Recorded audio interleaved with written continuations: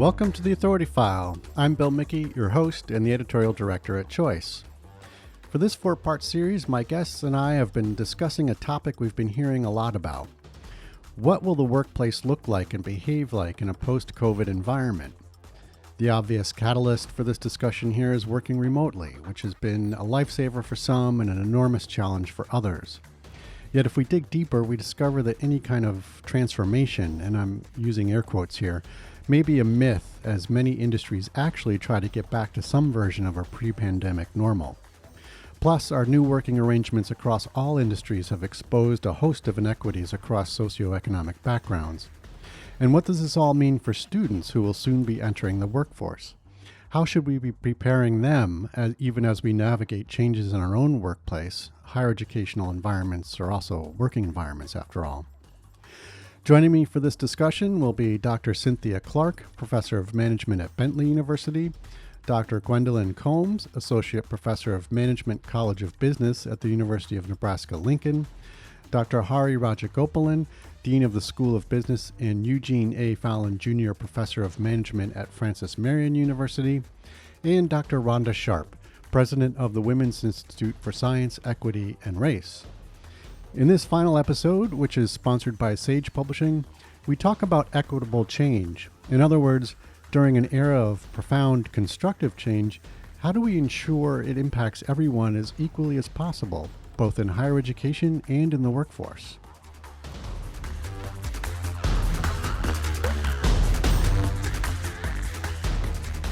So one of the difficulties of implementing changes that are intended to be positive, and this is probably a good segue from what we were just talking about, is that they don't impact everyone equally. So for example, virtual working and learning has helped some, but others may not have the same access to that technology or simply prefer in-person interactions.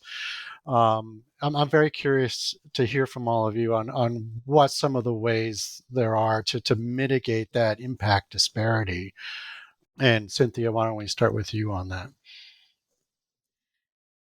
Well, I've been thinking about this a lot as we've been Zooming nonstop, and people have asked me this. A lot of my friends who are obviously parents, and a couple of things I think are exactly the same, in a virtual working and learning environment. In other words, I can identify the students who are at risk for falling through the cracks in much the same way that I have always done, but I have a harder time connecting to them because I can't say, hey, so-and-so, just step back a second and give it, chat with me after class, or I noticed today that you were this, because I've got a captive audience because they're literally there in my room, my classroom.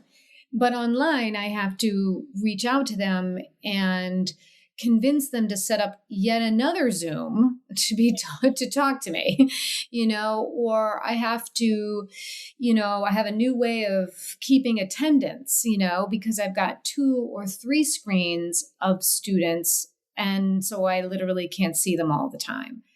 Those are just some of the practical kind of things that are happening. The other thing that I think that is so those are sort of like very specific things, right? And so obviously we've had to adjust our teaching. And I think the folks that weren't adjusting it prior, whether it was a flipped classroom or it was like Rhonda was saying, slowing down, making sure the learning is happening before moving on, all of those kinds of things. But I feel like professors have always, the really top-notch professors, and I see research and teaching, it's not or, and these things are happening always. That I have had to change what I do in the classroom immediately to make it go online. I didn't just kind of move it online. I had to do a whole new contextual, experiential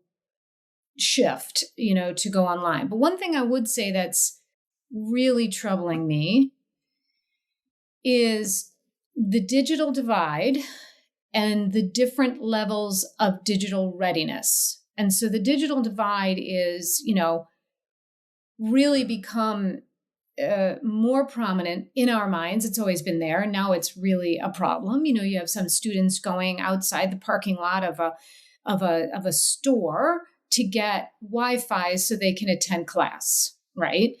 That's the digital divide. The digital readiness is that people are more advanced technologically than others, right? They can, grasp some of the different technology, aspects of teaching, and so some are more ready. Those who are less ready will fall behind. Those who experience a bigger gap in the digital divide are falling behind.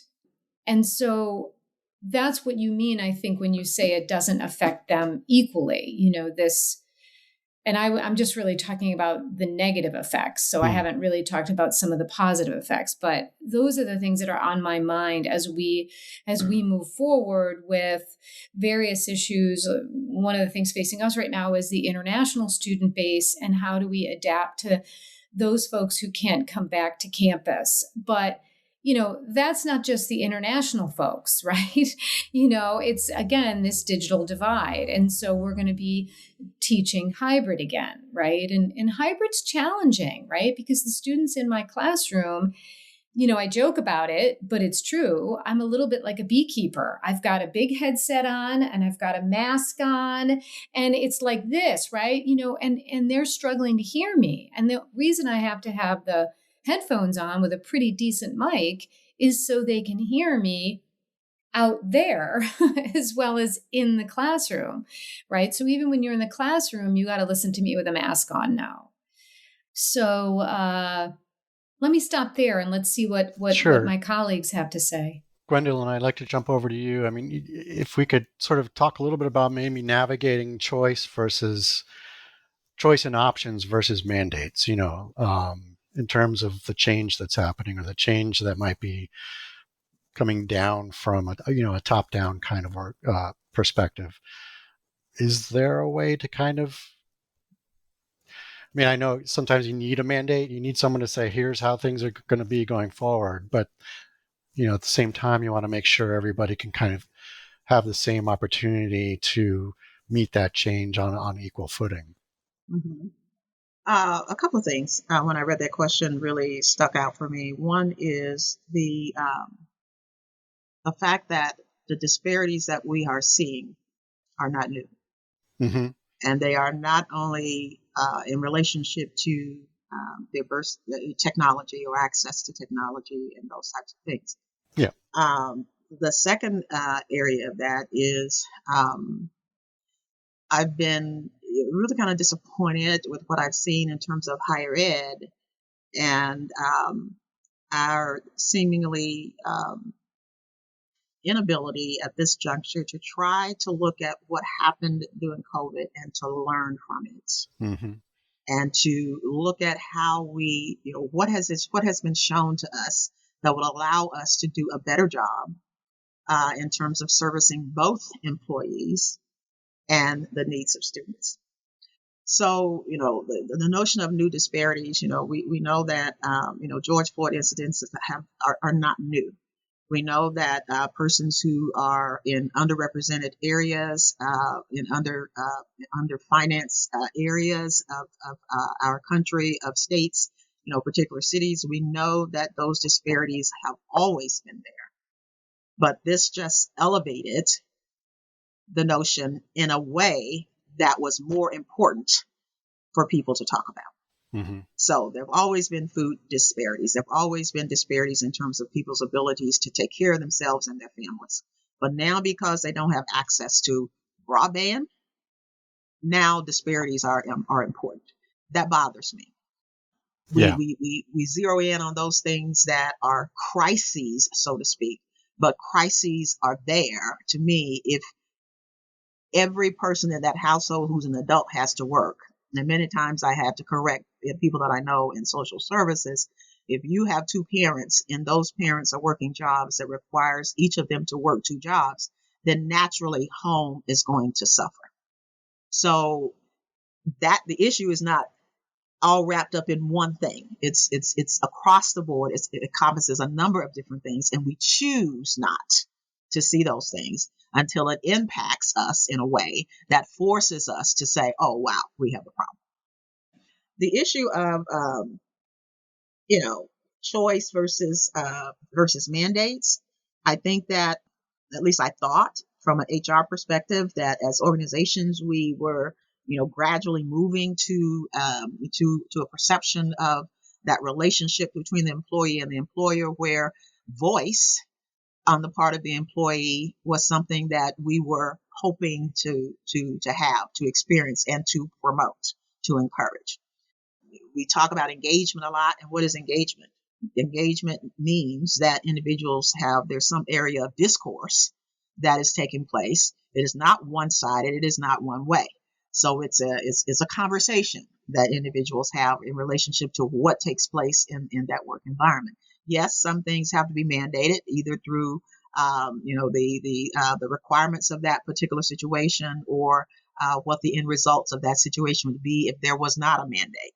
So like masks and those types of things in terms of mask mandates, that continues to floor me. And I'm not going to get into that because that's a real political type of thing. But we choose to be concerned about things, knowing all along that and things are connected. The ability to not have broadband, the ability to not own a computer, the ability to not own a printer are economic issues. Just like the inability to pay rent, the inability to buy food, the inability to clothe. So, and we've always known that those were there. And so, it just floors me when we because of this and because of that. Well, it's always been there. Ever since I was a child, and I'm not going to say how old I am, I've known that those situations existed and have seen evidence of those situations existing and what the detrimental outcomes of those situations have been. But now that it impacts a broader range of people, okay, not just specific groups of people, we're concerned. Okay.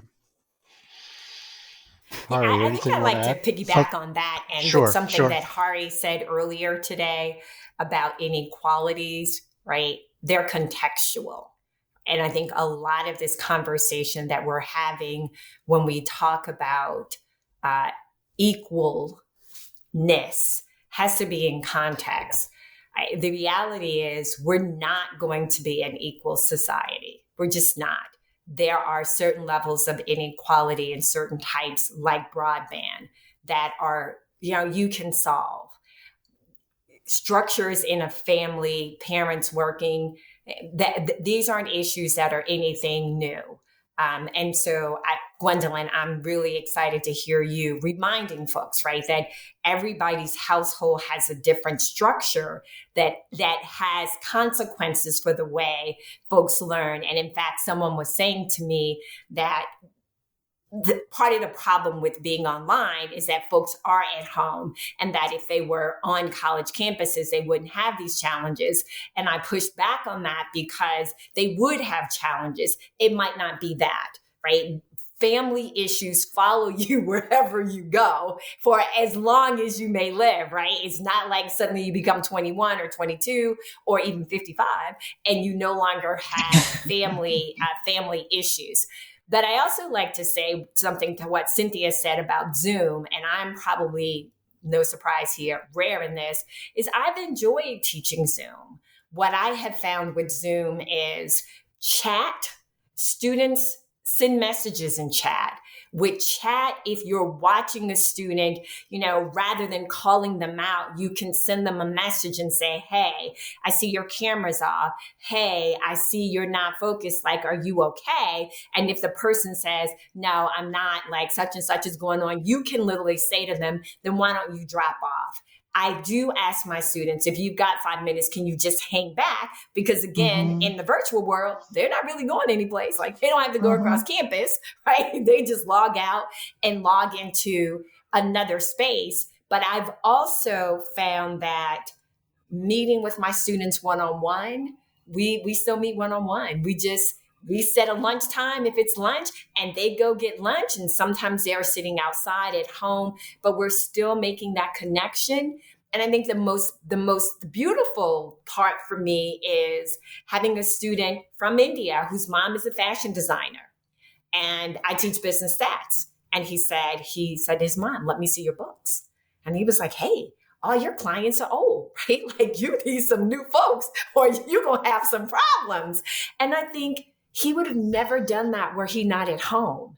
And what it then led to was his mom allowing him to have a younger version of the work that she does that he said sold out in 24 hours. Right. And so I know that Cynthia was saying, like, here are some of the negative aspects. And we don't, I think, hear enough of the positive stories. Mm-hmm. I'm loving Zoom. I love, and I think that I have students who ask questions because they can just send it to me and not everybody else, right? And so I think for some people, it levels their willingness and their ability to be able to participate in class in ways that they may not, because we forget in person, there are students who dominate the conversation and stifle and intimidate others from speaking that you don't necessarily have in Zoom. Right. Yeah, that's true. That's very true. That's very true. And I'm personally not, I like to have that direct contact with students, to be able to see their body language and to kind of know what's going on with them, whether they're understanding, whether they're interested, or whether they're planning their wedding while they're in my class, or, any of those types of things. But Zoom does have its benefits. I mean, more participation, things that, students, I've had students who would connect to class via Zoom on their phones because they had to, handle an emergency, and they're in the emergency room at the hospital and they are still in class. So, not that I'm, proposing or a proponent of not taking care of your health, but it seems to encourage them to connect with what's going on in the classroom. But there are, you have some students who, who you're on Zoom and you never see them. I had a student in my class, he'd check in and his tile would be there. No, and we could not ask them to use their videos at that time. That was against the university's policy. So his name would be there. And at the end of class, his name would be there. And I would check out and get out of the meeting and his name would still be there because he got in, went off someplace else, and, to try to say that he was in class. And so, in knowing that, I called him on it. I said, what are you doing? I know what you're doing. I know everybody knows what you're doing. So, and we had a conversation about that, so don't do that. If you have a problem and you can't you can email me. I gave them my phone numbers during that time. You can get a hold of me and we can work that out. But so there are those types of things, but Zoom for meetings, more people have been in attendance at meetings through Zoom, than we had before. So there are some real positive things about having the ability to connect virtually and not get in your car and drive down to campus because you have a 1-hour meeting that day. You know what I'm saying? So, yeah. Hari, anything you want to add? I mean, not just with Zoom, but any kind of Sure. And I think the points are very valid. There are positives and negatives, and like Gwendolyn and Rhonda said before, that some of these negatives were already there. But I think what happened with COVID is when we took the ability of coming to campus with the resources at campus, these negatives got exacerbated, right? So if you're a single mom with 2 children and the children don't go to school, and you're at home now, and you have limited technology access, there is a real issue there, right? So that got exacerbated. And one of the issues when the pain point goes higher is more people started noticing it. And as I know, and we saw Rhonda and Gwendolyn and Cynthia talk about it, faculty became more accessible to students. They started understanding, for example, just for advising for registration before, and I know that faculty would insist that the student come to their office, and now they are willing to give their cell phone numbers to students. I give my cell phone numbers out to my students in my classes so they can contact me or text me, and I found that interaction is a lot higher. So there is a good bit of learning that's happening, because the pain point suddenly shot up for these students, and some of us realized, this is not that easy for some people, and we started being more sensitive to the disparities. I think that could be taken out as a positive and as one of the changes in higher ed, where we were following one system or one way of doing things, and now we are giving students more options. So, face-to-face classes will continue, and we will also add these other options for people. So it will make higher education a better experience. Excellent.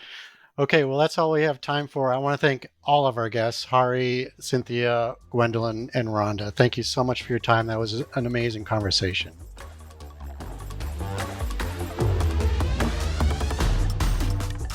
You just heard from Dr. Cynthia Clark, Professor of Management at Bentley University, Dr. Gwendolyn Combs, Associate Professor of Management, College of Business at the University of Nebraska-Lincoln, Dr. Hari Rajagopalan, Dean of the School of Business and Eugene A. Fallon, Junior Professor of Management at Francis Marion University, and Dr. Rhonda Sharpe, President of the Women's Institute for Science, Equity, and Race. Sage Publishing is the sponsor of this 4-part series of The Authority File. If you like what you hear, rate us or give us a review on your podcast platform of choice. As always, sponsorship and advertising for the Authority File podcast are handled by Choice's advertising manager, Pam Marino, and all of our episodes are produced by Choice's senior digital media producer, Mark Dirks, and digital media assistant, Sabrina Kofer. That's all for this week. Thanks for joining us.